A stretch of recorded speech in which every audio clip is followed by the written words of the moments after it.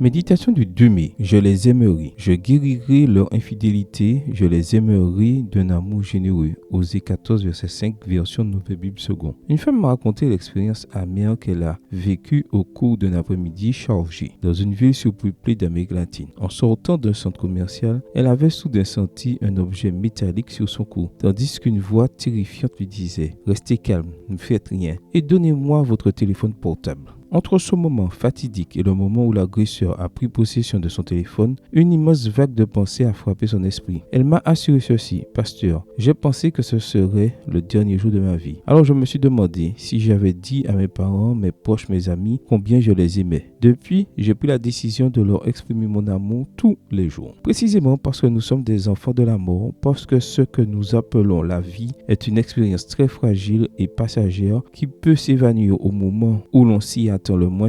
Par sa bonté, notre Dieu ne laisse pas passer un jour sans nous faire savoir à quel point son amour pour nous est grand. Peut-être pourrions-nous supposer que Dieu aime la personne qui a été volée, mais qu'il n'aime pas le voleur. Mais nous nous trompons, car le Père Céleste les aime tous les deux. Dans le livre du prophète Osée, le Seigneur a déclaré « Je les aimerai d'un amour généreux ». Cette promesse a été donnée à Israël alors que la nation était engloutie dans une hideuse idolâtrie. Les descendants d'Abraham s'étaient rebellés contre Dieu, avaient transgressé la loi divine et conclu des alliances impies avec des nations étrangères. Et comment le Seigneur a réagi face à une telle indifférence de la part de son peuple élu? La réaction divine a été de leur faire une précieuse et grande promesse. Je les aimerai d'un amour généreux. C'est un amour sans condition, sans limite, inépuisable. Un amour qui ne s'arrête pas à l'infâme infidélité humaine. Je les aimerai, inclut à la fois la personne volée et le voleur. Si nous devions aujourd'hui arriver au bout des chemins tumultueux de cette terre, nous pouvons être tout à fait sûrs d'avoir dans les cieux un Père qui nous aime. Un Dieu qui nous donne une vie nouvelle. Sophonie 3, verset 17, version Bible français courant. Ce n'est pas une promesse pour l'avenir, mais une réalité présente. Le dernier livre de la Bible fait référence à Dieu comme à quelqu'un qui nous aime. Maintenant, en ce moment même,